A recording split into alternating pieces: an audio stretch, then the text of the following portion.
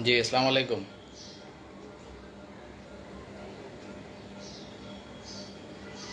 সবাই আশা করি ভালো আছেন। তো এখন চতুর্মুখী লাইভ দেখতে পাচ্ছেন ডেস্টিনির মাঠে। জনে জনে বহুমুখী লাইভ। ভালো। আহ, চলুক, এই লাইভ চলতে থাকুক। এই কাজগুলোই ধারাবাহিকভাবে যত বেশি চলবে তত বেশি অ্যাকচুয়াল ফ্যাক্ট বের হয়ে আসবে। তো আজকে মূলত আমাদের আহ, সিরাজুম মনিরের একটি সাম্প্রতিক লাইভকে কেন্দ্র করে মূলত আজকের এই লাইভে আসা। এই বিষয়টি নিয়ে আজকে কথা বলবো। তো আমি সিরাজুম মনিরকে ধন্যবাদ জানাবো যে লাইভটি উনি সর্বশেষ করেছেন এই লাইভের জন্য। কেন ধন্যবাদ দিব আমি যদি বলি, সেটা হলো, প্রথম কারণ হলো যে এই লাইভ প্রোগ্রামে উনি সার্বজনীন ঐক্যের কথা বলেছেন। এই লাইভ প্রোগ্রামটিতে আমরা ওনার মুখ থেকে সার্বজনীন ঐক্যের সুর শুনতে পেয়েছি। এটা খুবই ভালো দিক। এই কারণে সিরাজুম মনির সাহেবকে ধন্যবাদ। দ্বিতীয়ত ধন্যবাদ জানাই এই জন্য যে এই লাইভ প্রোগ্রামে উনি নিজেকে ডেস্টিনি 2000 লিমিটেডের একজন মালিক হিসেবে পরিচয় দিয়েছেন। ডেস্টিনির বর্তমান পরিচালনা পর্ষদের একজন পরিচালক হিসেবে পরিচিতি দিয়েছেন। মানে উনি নিজেকে ডেস্টিনি 2000 লিমিটেডের একজন প্রতিনিধি হিসেবে পরিচয় দিয়েছেন। এই জন্য ওনাকে ধন্যবাদ। কারণ আমরা ডেস্টিনি 2000 লিমিটেডের লোক, আমরা অন্য কোনো কোম্পানি চিনি না, বুঝিও না। এই জন্য ওনাকে ধন্যবাদ। তৃতীয়ত ধন্যবাদ আরও একটি বিষয়, যে উনি ওনার বক্তব্যে ৪৫ লক্ষ লোককে নিয়েই কথা বলেছেন। উনি একটা কথা বলেছেন যে ৪৫ লক্ষ লোক যদি না থাকে তাহলে সিরাজুম মনির কিছু না। আসলেই কিন্তু তাই। এই ৪৫ লক্ষ লোক আছে বলেই আপনি সিরাজুম মনির। তো এই বিষয়টা রফিকুল আমিনকেও জানাই দিয়েন যে এই ৪৫ লক্ষ লোক আছে বিধায় উনি রফিকুল আমিন। এই ৪৫ লক্ষ লোক না থাকলে আসলে আমরা কেউই কিছু না। এটা ওনাদেরকে, বিশেষ করে রফিকুল আমিনকে জানাই দিয়েন। তো আপনি যে এই কথাটা বলেছেন এই জন্য আপনাকে ধন্যবাদ। আর স্পেশালি ধন্যবাদ এই জন্য যে আপনি ওই দালাল শহীদকে ইনডিরেক্টলি একটা ডলা দিয়েছেন। চমৎকার, চমৎকার। যেমন সাম্প্রতিক একটি লাইভ প্রোগ্রামে এই যে শহীদ, উনি নিজের মতো করে ওনার সব গুণকীর্তন করে যাচ্ছিল। উনি এই করেছে, উনি সেই করেছে, হ্যান করেছে, ত্যান করেছে, হাবি জাবি আরও কত কি। তো ইনডিরেক্টলি এই যে দালাল শহীদকে যে একটা আপনি ডলা দিয়েছেন, এই জন্য সিরাজুম মনির আপনাকে ধন্যবাদ। আরও একটি কারণে আপনাকে ধন্যবাদ, যে জামিন ইস্যুতে আপনি এইবার অন্তত অনেকটা সঠিক তথ্য দিয়েছেন। এর আগের মতো অন্যান্য সময়ের মতো আজগুবি কোনো তথ্য দেন নাই। যদিও আপনার তথ্যের কিছু অংশে আমার আপত্তি আছে, সেটা আমি শেষের দিকে বলবো। তো জামিন ইস্যুতে আপনি যেই তথ্য দিয়েছেন এটাও অনেকটা সঠিক আমার কাছে মনে হয়েছে। এই জন্য আপনাকে ধন্যবাদ। তো দেখেন, ৪৫ লক্ষ যেই লোক, এই ৪৫ লক্ষ লোক আসলেই কিন্তু ডেস্টিনির জন্য শুভাকাঙ্ক্ষী। এই যে দালাল শহীদ যে কিছুদিন আগে বলছিল আমি হ্যান করে ফেলছি, আমি ত্যান করে ফেলছি, এই ছিলাম সেই ছিলাম, মানে যারা অ্যাক্টিভ তারাই এই প্রতিষ্ঠানের জন্য খুব ভালো কাজ করেছে, আর যারা ইনঅ্যাক্টিভ, যারা এই প্রতিষ্ঠানের সাথে গত 12 বছরে নাই, তারা মনে হয় কিছু করে নাই। এই দালালের কথা এটা বোঝা গেছিল আর কি, শহীদের কথা এটা বোঝা গেছিল আর কি। আসলে তো বিষয়টা এরকম না। কেন এটা দেখেন, গত এক যুগে যেই ব্যক্তিটা প্রতিষ্ঠানকে অর্থ দিয়ে সহযোগিতা করেছে সেও কিন্তু অবদান রেখেছে। যেই ব্যক্তিটা শ্রম দিয়ে প্রতিষ্ঠানকে সহযোগিতা করেছে সেও অবদান রেখেছে। যে লোকটা মেধা দিয়েছে, যে লোকটা সময় দিয়েছে, প্রত্যেকেই এই প্রতিষ্ঠানের জন্য অবদান রেখেছে। ইভেন গত 12 বছরে যেই ব্যক্তি একদিনের জন্য ডেস্টিনির অফিসে আসেনি, উনিও এই প্রতিষ্ঠানের জন্য অবদান রেখেছেন। কিভাবে? উনি যে মামলা করে নাই, এটাই তো প্রতিষ্ঠানের জন্য অবদান। তো এটা দালাল শহীদকে আপনি একটু বুঝায়েন। যেই ব্যক্তিটি গত 10 বছরে, গত 12 বছরে একদিনের জন্য ডেস্টিনির অফিসে আসেনি, শ্রম, সময়, মেধা, অর্থ কিছু দিয়ে সহযোগিতা করেনি, সেই ব্যক্তিটাও প্রতিষ্ঠানকে সহযোগিতা করেছে। কিভাবে? মামলা যে করে নাই, এটাই তো এক ধরনের সহযোগিতা। অতএব কাউকেই আপনি ফেলে দিতে পারবেন না। 45 লক্ষ লোকের প্রত্যেকটা ব্যক্তি আপনার জন্য গুরুত্বপূর্ণ এবং প্রত্যেকটা ব্যক্তি আপনার জন্য ইম্পর্ট্যান্ট এবং প্রয়োজনীয়, এই প্রতিষ্ঠানের জন্য প্রয়োজনীয়। কাউকে হেলাফেলা করে দেখার সুযোগ নেই।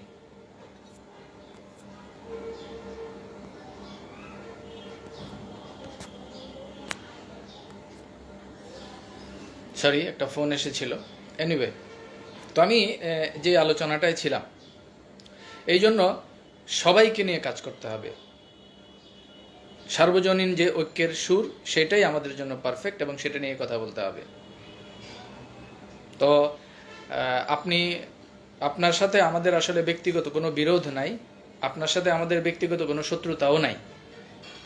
আর আপনার লাইফকে আমরা গ্রহণযোগ্য মনে করি এই জন্য যে আপনি কাগজে কলমে ডেস্টিনির একজন শেয়ার হোল্ডার, নাম্বার 1, এবং নাম্বার 2, আপনি কাগজে কলমে এই 2000 লিমিটেডের রানিং বোর্ডের একজন ডিরেক্টর। এই কারণে আপনার কথাটাকে আমরা গ্রহণযোগ্য মনে করি। তো মাঝে মধ্যে বিভিন্ন সময় আপনি যখন ওই প্রতিষ্ঠান কেন্দ্রিক কার্যক্রম বাদ দিয়ে ব্যক্তি বিশেষের দালালি শুরু করেন, ওই তখনই কিন্তু আমরা আপনাকে গাইলাই। বাট আপনার সাথে তো আমাদের ব্যক্তিগত কোনো শত্রুতা নাই। আপনি প্রতিষ্ঠানের পক্ষে কাজ করেন, আমরা আপনার সাথে আছি। আর আপনি আরেকটা কথা বলেছেন যে কন্টিনিউ প্রতি সপ্তাহে লাইভ করবেন, আপনার এই সিদ্ধান্তকেও আমরা স্বাগত জানাই। কারণ এই প্রতিষ্ঠানের পক্ষ থেকে অফিসিয়াল ব্যক্তি হিসেবে আপনার পক্ষ থেকে যদি একটা অফিসিয়াল কন্টিনিউ লাইভ থাকে সাপ্তাহিক, এটা আমাদের জন্য ইতিবাচক হবে, আমি সেটা মনে করি। তো আপনাকে সামগ্রিক ইস্যুতে পজিটিভ কথা বলার জন্য ধন্যবাদ। যেই লোকটি আপনাকে গালি দিচ্ছে, সেই লোকও 45 লক্ষ লোকের একজন। যে লোকটি আপনার সমালোচনা করছে, সেই লোকটিও 45 লক্ষ লোকের একজন। এই 45 লক্ষ লোকের কাউকে আপনি ফেলে দিতে পারবেন না এবং সবাইকে নিয়েই কাজ করতে হবে। অতএব 2000 লিমিটেডের বর্তমান বোর্ডের সাথেও যদি আপনাদের কোনো বিরোধিতা থাকে, এই বিরোধিতা বাদ দেন। সার্বজনীন ঐক্যের সুরের যে কথা বলেছেন, সার্বজনীন ঐক্যের যে সুর আপনি তুলেছেন, এটাই ধরে রাখেন। সার্বজনীন ঐক্য থাকলে সবাই আপনার সাথে আসবে। আর ব্যক্তি বিশেষ দালালি করবেন তো কিন্তু ডলা খাবেন। মনে রাখবেন, এটা 2024 সাল, এটা 12 সাল না, 11 সাল না, 10 সাল না যে হুজুগে যাই বলবেন তাই মানুষ শুনবে, সেই লাফাবে। টু দ্য পয়েন্টে কাজ হইতে হবে, প্রাতিষ্ঠানিকভাবে কাজ হইতে হবে। আর জামিন ইস্যুতে আপনি যে তথ্য দিয়েছেন, সেই তথ্যের যে অংশটুকুর সাথে আমি একটু দ্বিমত পোষণ করব, সেই বিষয়টা আপনার সাথে একটু শেয়ার করছি। আপনি বলেছেন যে 2 মাসের ভিতরে বা 2 থেকে 3 মাসের ভিতরে বাকি কাজগুলো হয়ে যাবে। এই যে দেখেন, এখন যে তথ্যটা আপনি দিলেন, এই তথ্যটাই কিন্তু আজ থেকে 2-3 মাস আগে বা 2-3 মাস ধরে আমরা দিচ্ছি যে সাক্ষী শেষ হয়ে গেলেই কিন্তু সব শেষ না। সাক্ষী শেষ হওয়ার পরে আইওর সাক্ষাৎকার হবে, আইওর যারা আইওর শুনানি হবে তাদের যুক্তিতর্ক উপস্থাপন হবে, তারপরে রায় হবে। তো রায়ের ক্ষেত্রে একটা কথা আপনি বলেছেন যে এরপরে মনে হয় রফিকুল আমিনের জামিন হয়ে যাবে। আমার মনে হয় না। এখানে বেশ কিছু বিষয় আছে। মাল্টিপারপাসের ক্ষেত্রে যা যা ঘটেছে, এখানেও কিন্তু সেম বিষয়গুলোই ঘটতে পারে। মাল্টিপারপাসে কি ঘটেছে দেখেন, প্রথমে সাক্ষীদের সাক্ষী সম্পন্ন হলো, তারপর কি হলো, আইওর সাক্ষী সম্পন্ন হলো, যারা যুক্তিতর্ক উপস্থাপন হলো, তারপরে রায় হলো।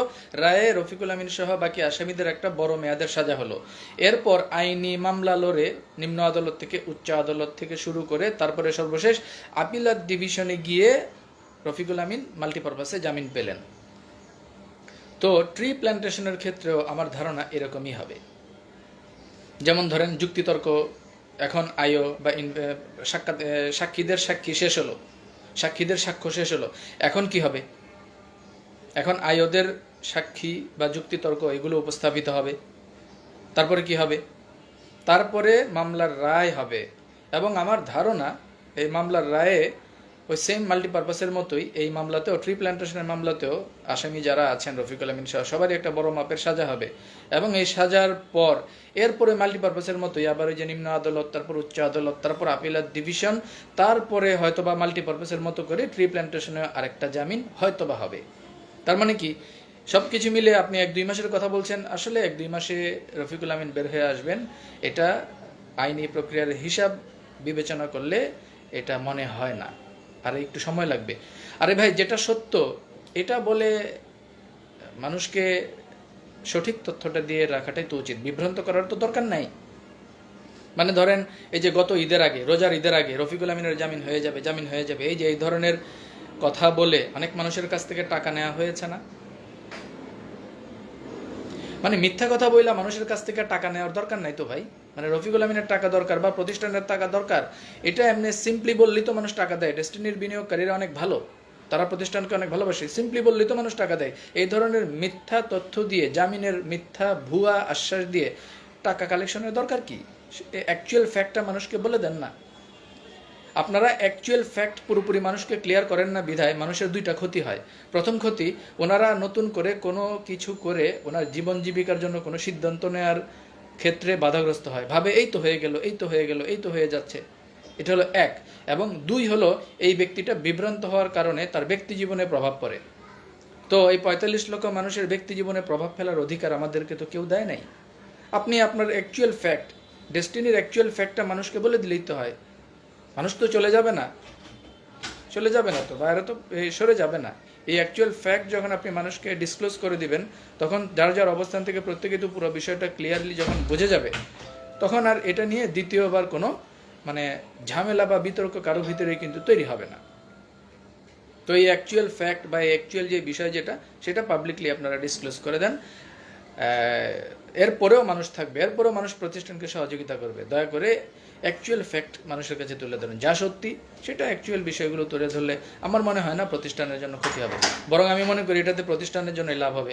এবং অ্যাকচুয়ালি মানুষগুলো আরও পুরো বিষয়টা সঠিকভাবে জানার কারণে প্রতিষ্ঠানের পক্ষে আরও টু দ্য পয়েন্টে কাজ করার জন্য বিনিয়োগকারীরা উৎসাহিত হবে এবং সবার উপকার হবে। তো যাই হোক, জনাব সিরাজুম মুনির, আপনি সার্বজনীন ঐক্যের ডাক দিয়ে যে লাইভটি গত প্রোগ্রামে করেছেন, এই ধারাবাহিকতা যদি বজায় থাকে এবং আপনি যদি এই ফরম্যাটে থাকেন, আপনার সাথে আমাদের আর কোনো শত্রুতা থাকবে বলে আমি মনে করি না।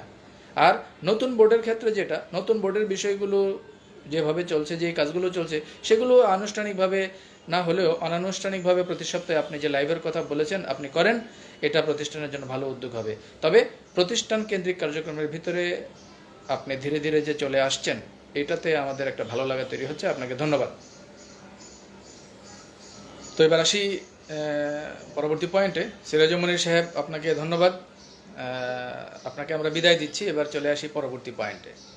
পরবর্তী পয়েন্ট হচ্ছে, গত 1 যুগ ধরে যে সকল ব্যক্তি, প্রায় 8 থেকে 10 হাজার যে ব্যক্তিগুলো যারা এই প্রতিষ্ঠানে বিনিয়োগ করেছে প্রতিষ্ঠানের মালিক হওয়ার আশায়, সেই ব্যক্তিদের যেই স্বার্থ, সেই স্বার্থ সংরক্ষণের ক্ষেত্রে এই মুহূর্তে এই 1 যুগের সমস্ত যেই সংগঠনগুলো, ডিস্ট্রিবিউটরদের স্বার্থ সংরক্ষণের জন্য যে সংগঠন, তাদের প্রত্যেকের এই মুহূর্তে একত্রিত হওয়াটা জরুরি। যেমন 12 সালের পর থেকে যারা কাজ করেছেন, ডেস্টিনি সোশ্যাল মিডিয়া ফোরামের যারা কাজ করেছেন, পরে ব্লু গ্রিন হয়েছে, এখানে 2টো সংগঠন, তারপর ডেস্টিনি এক্সিকিউটিভ, ডেস্টিনি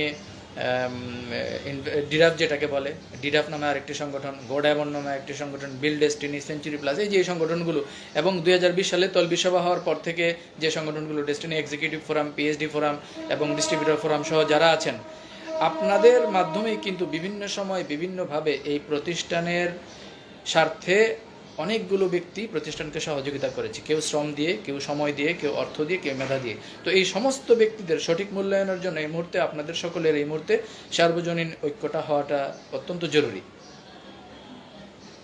যেমন দেখেন, যারা গত 1 যুগ ধরে কাজ করেছেন, তাদের মধ্যে কে কতটুকু অবদান রেখেছেন, এটা নতুন বোর্ডে যারা কোর্ট অ্যাপয়েন্টেড যারা আছেন, তারা কি এসব জানেন?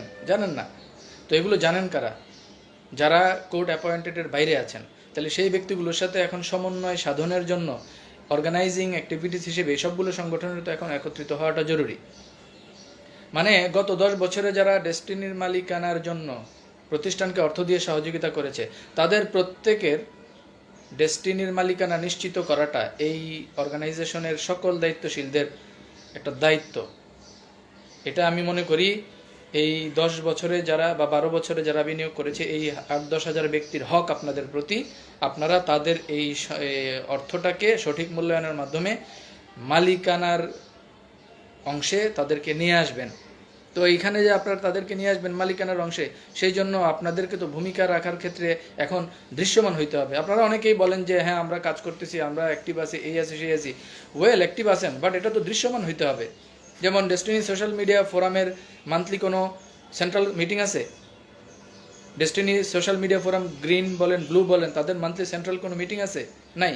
বিল ডেস্টিনি, তারপরে আপনার ডিডাফ, সেঞ্চুরি প্লাস, আপনাদের কি মান্থলি সেন্ট্রাল কোনো মিটিং আছে? নাই। আর এই যে গো ডায়মন্ডের যে মিটিং মাঝে মধ্যে দেখেন, এটা তো গো ডায়মন্ডের সেন্ট্রাল মিটিং না, এটা শহীদ আর তার দালাল শহীদ যে তার কোরাম নিয়ে মিটিং করে, এটা তো গো ডায়মন্ডের মিটিং না। গো ডায়মন্ডের সেন্ট্রাল কমিটির মিটিং কি আছে? নাই। তাহলে আপনাদের এই সার্বিক অর্গানাইজেশনের যে দৃশ্যমান অ্যাক্টিভিটিস, এগুলো না থাকলে আপনারা সামনে সমন্বয় করতে গিয়ে তো সমস্যায় পড়বেন। তারপর destiny PhD forum, destiny executive forum, destiny distributor forum, আপনাদের কি মান্থলি কোনো সেন্ট্রাল মিটিং আছে? নাই। তাহলে এই ধরনের অ্যাক্টিভিটিসগুলো যদি আপনার না থাকে, তাহলে আপনারা কিভাবে মালিক পক্ষের কাছে ক্লেম করে আপনাদের স্বার্থ আদায় করবেন? আমি মনে করি আপনাদের সকলের এখন এই মুহূর্তে দৃশ্যমান অ্যাক্টিভিটিসে আসা উচিত। আমি আপনাদের প্রত্যেকের কাছে উদাত্ত আহ্বান জানাবো, বিশেষ করে গত এক যুগের যে সকল ডিস্ট্রিবিউটরদের যে সংগঠনগুলো, 8 থেকে 9টি যে সংগঠনগুলো, আপনাদের প্রত্যেকেরই উচিত হবে এই 10,000 বিনিয়োগকারী যারা গত 8-10 হাজার বিনিয়োগকারী যারা গত এক বছরে, গত এক যুগে এই প্রতিষ্ঠানকে হেল্প করেছে, তাদের স্বার্থ সংরক্ষণের জন্য হলেও আপনাদের এই মুহূর্তে সার্বজনীনভাবে অ্যাক্টিভ হওয়াটা জরুরি। হ্যাঁ, আপনারা যদি নেতৃত্বের ক্ষেত্রে সমস্যা হয়, একজন আরেকজনের নেতৃত্ব মানতে সমস্যা হয়, ওয়েল আপনারা ইন্ডিভিজুয়ালি প্রোগ্রাম করেন, আপনারা ইন্ডিভিজুয়ালি অ্যাক্টিভিটিস শো করেন, মানে যুগপতভাবে আপনারা যার মতো করে কাজ করেন। কারণ প্রত্যেকের দাবি তো একটাই, যে আমরা যারা বিনিয়োগ করেছি সকলের মালিকানা নিশ্চিত করা, বিষয়টা তাই না? তো বিষয়টা যদি তাই হয়, তাহলে আপনারা একত্রিত হয়ে নেতা বা নেতৃত্ব মানতে সমস্যা হলে ওয়েল আলাদা আলাদা প্রোগ্রাম করেন, যুগপত কর্মসূচি করেন, কারণ প্রত্যেকের দাবি তো এক। তো সেই বিষয়টাই মানে আপনারা কন্টিনিউ করবেন বলে আমি আশা করি, এটা আসলে জরুরি। তো এখন যেহেতু সিরাজুম মনির উনি সার্বজনীন ঐক্যের ডাক দিচ্ছেন, আবার এখন যেহেতু বাকি যারা আছেন তারাও সার্বজনীন ঐক্যের ডাক দিচ্ছেন, তো সবাই মিলে এখন সমন্বিত পদ্ধতিতে 45 লক্ষ লোকের স্বার্থ সংরক্ষণের নিমিত্তে এখন সকলেরই ঐক্যবদ্ধ হয়ে এই মুহূর্তে আমাদের কাজ করার সময় এসে গেছে বলে আমি মনে করি।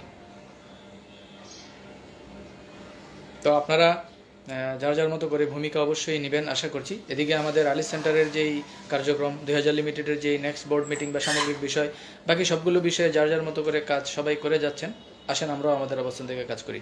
আর আরেকটা বিষয়, আমি নতুন বোর্ডের যে ব্যাপার যেগুলো নিয়ে অনেকে বলেন, যে দেখেন অনেকেই একটা কোয়েশ্চেন আছে যে নতুন বোর্ড এই গত 2 বছরে কি করেছে। আচ্ছা, একজন পিএইচডি অথবা একজন এক্সিকিউটিভ যদি তার অবস্থা থেকে চিন্তা করেন, মানে 8টা সাইকেল করতে বা এক্সিকিউটিভ হতে বা পিএইচডি হতে কমপক্ষে 2 থেকে 300 মিটিং করা লাগে। তো আপনি একটা পিএইচডি হতে গিয়ে যদি 2 থেকে 300 মিটিং করা লাগে, তাহলে 10 বছর 12 বছর ধরে যে প্রতিষ্ঠানটা বন্ধ আছে, সেই প্রতিষ্ঠানটাকে নতুন করে আবার চালু করতে গেলে কিন্তু কি 200 থেকে 300 মিটিং করতে হবে না? তো আপনি যদি মনে করেন যে না এটা আজকে কালকেই হয়ে যাবে, এভাবে এই ধরনের চিন্তা করলে তো হবে না। আপনাকে একটা বাস্তবসম্মত এবং যুক্তিসম্মত চিন্তা করতে হবে। আর আইনি প্রক্রিয়ার বিষয়গুলো, এগুলো বাস্তবসম্মত ও যুক্তিসম্মত চিন্তার ভিতর দিয়েই আগাইতে হবে। সব কিছু মিলে এখনকার ফরম্যাটটা যেই পর্যায়ে যাচ্ছে, এই ফরম্যাটটা যদি সঠিকভাবে আমরা ধরে রাখতে পারি, তাহলেই কিন্তু আমাদের আর ট্র্যাকচ্যুত হওয়ার কোনো সম্ভাবনা নেই, যেটা 20 সালের আগ পর্যন্ত বারংবার আমরা ট্র্যাকচ্যুত হয়েছি, ট্র্যাকের বাইরে গিয়েছি। কিন্তু এখন আর আমাদের ট্র্যাকচ্যুত হওয়ার সম্ভাবনা ইনশাল্লাহ নেই, যদি আমরা সবাই যার যার অবস্থান থেকে সচেতন থাকি এবং যার যার অবস্থান থেকে আমরা সজাগ থাকি। তো আমি সর্বশেষে বিবিধে যেই কথাটি বলবো, যে নতুন বোর্ডের কার্যক্রমের ক্ষেত্রে আসলে বিরোধিতা করে লাভ হবে না। কারণ কি, এই বোর্ড নির্দেশিত বা এই বোর্ড গঠিত হয়েছে আদালতের নির্দেশে। আবার এই বোর্ড যদি ডিজলভও করতে হয়, সেটাও করতে হবে আদালতের নির্দেশে। আপনি পাহাড় ঠেললে এই বোর্ড বাতিল হবে না, সেটা রফিকুল আমিন চাইলেও এই বোর্ড তো বাতিল হবে না। আদালতের নির্দেশে এই বোর্ড গঠিত হয়েছে, আবার আদালতের নির্দেশেই এই বোর্ড যদি ডিজলভ করে সব ফরম্যাটে ওকে করতে হয় আদালতের নির্দেশেই করতে হবে। তো আদালতের নির্দেশেই যেটা করতে হবে, যে আদালতের নির্দেশেই যেই কাজ করতে হবে, সেখানে পাহাড় না ঠেলা সবাই ইউনাইটেড হয়ে ৪৫ লক্ষ মানুষের বিনিয়োগের স্বার্থেই সবাইকে ইউনাইটেড হয়ে কাজ করতে হবে। সম্পদ রক্ষার জন্য সবাইকে উদ্যোগী হইতে হবে, কারণ আমাদের এই সম্পদগুলো রক্ষার উপরে ডিপেন্ড করছে আমাদের বিনিয়োগ ফেরতের প্রত্যাশা। ইমরান কবির লিখেছেন নাইস, ধন্যবাদ আপনাকে। প্রশান্ত সরকার লিখেছেন আমাদের সবারই মিলেমিশে কাজ করতে হবে, তাহলে এই কোম্পানি আগাবে। হ্যাঁ, সবাইকে মিলেমিশে কাজ করতে হবে। তো যারা যারা মিলেমিশে কাজ করতে আগ্রহী তাদেরকে নিয়ে একসাথে কাজ করা উচিত সবার। আর যারাই বিভ্রান্তি সৃষ্টি করবে তাদেরকে আমাদের অবস্থান থেকে কিন্তু বাধাগ্রস্ত, তাদেরকে আমাদের অবস্থান থেকে প্রতিহত করতে হবে। আর এই সকল বিষয়গুলো একটা সমন্বিত ফরম্যাটে এগুলোই আমি মনে করি খুব দ্রুত সময়ের ভিতরে আরও ভালো কিছু বিষয় আমাদের হাতে চলে আসবে। তো নতুন বোর্ডেরও বিরোধিতা করার দরকার নাই। আবার নতুন বোর্ডের সাথে সমন্বয় করে কাজ করার জন্য যদি সকলে আবার একতাবদ্ধ হয়, যারা এতদিন নতুন বোর্ডের বিরোধিতা করেছেন তারা যদি এখন নতুন বোর্ডের সাথে একত্রিত হন, তাতেও কিন্তু কোনো সমস্যা নাই। সবাই মিলে কাজগুলো করতে হবে। আর যেই প্রতিষ্ঠানের বিরুদ্ধে কাজ করবে, যেই ব্যক্তিগত স্বার্থের জন্য কাজ করবে, তার উপর দিয়ে আমাদের গদাম চলবে, কোনো মাপ নাই, সে যেই হোক। সেটা বিনিয়োগকারী হিসেবে আমাদের যার যার অবস্থান থেকে প্রত্যেকেরই সচেতনতার সাথে বিষয়টা ভূমিকা রাখাটা জরুরি। তো আমি আজকের প্রোগ্রামের সামারাইজ করে বিদায় নিব।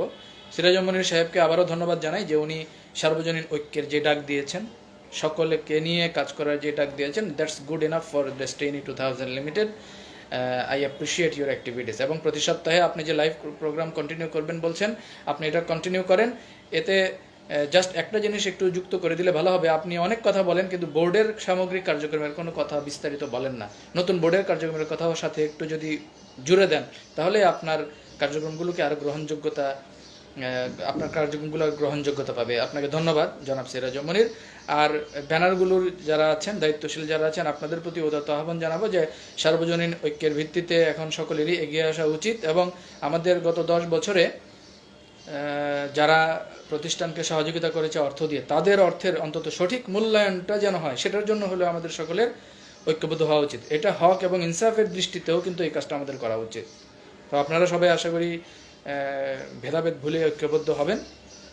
আর সবু মিয়া লিখেছেন ডেস্টিনি কি সত্যিই ফিরে আসবে? এখানে তো আমার টাকা বিনিয়োগ আছে। জুয়েল গাজীদের তো আর খুঁজে পাওয়া যায় না কেন? দেখেন, জুয়েল গাজীদের খুঁজে পাওয়া না যাওয়ায় তো কিছু আসে যায় না, কারণ আপনি ডেস্টিনিতে যে টাকা বিনিয়োগ করেছেন সেটা ফিরে পাওয়ার জন্য জুয়েল গাজীর তো দরকার নাই। আপনি ডেস্টিনিতে যে টাকা বিনিয়োগ করেছেন সেটা ফেরত পাওয়ার জন্য রাষ্ট্রীয় স্বীকৃতিপ্রাপ্ত একটা অথরিটি দরকার। That's it. আর জুয়েল গাজীর কাছে আপনি যদি ব্যক্তিগতভাবে কোনো বিনিয়োগ করে থাকেন বা তাদের কোম্পানিতে যদি কোনো বিনিয়োগ করে থাকেন, যেমন ধরেন ওই যে ওনারা গ্রিন ফ্যামিলি করেছিলেন বা আরও বেশ কিছু কাজ করেছিলেন যেগুলো বিতর্কিত, ওইখানে যদি বিনিয়োগ করে থাকেন, ওইটার দায়িত্ব আর নতুন বোর্ড নেবে না। এটার জন্য তাদের সাথে যোগাযোগ করতে পারেন। তো আজকে এই পর্যন্তই, সবাই ভালো থাকবেন। আমরা মাল্টিপারপাসের কিছু তথ্য নিয়ে আরও কাজ করছি, সামনে মাল্টিপারপাস রিলেটেড কিছু ইস্যু নিয়ে আমরা অ্যাক্টিভিটিস শো করবো আপনাদের সাথে। আর এর বাইরে আমাদের ধারাবাহিক যে কার্যক্রম বিনিয়োগকারীদের তথ্য সংগ্রহ করা এবং উপস্থাপন করা, সেগুলোর কাজও চলছে। নেক্সটে আমরা সেই বিষয়গুলো নিয়ে আমরা আরও বিস্তারিত আলোচনা করব।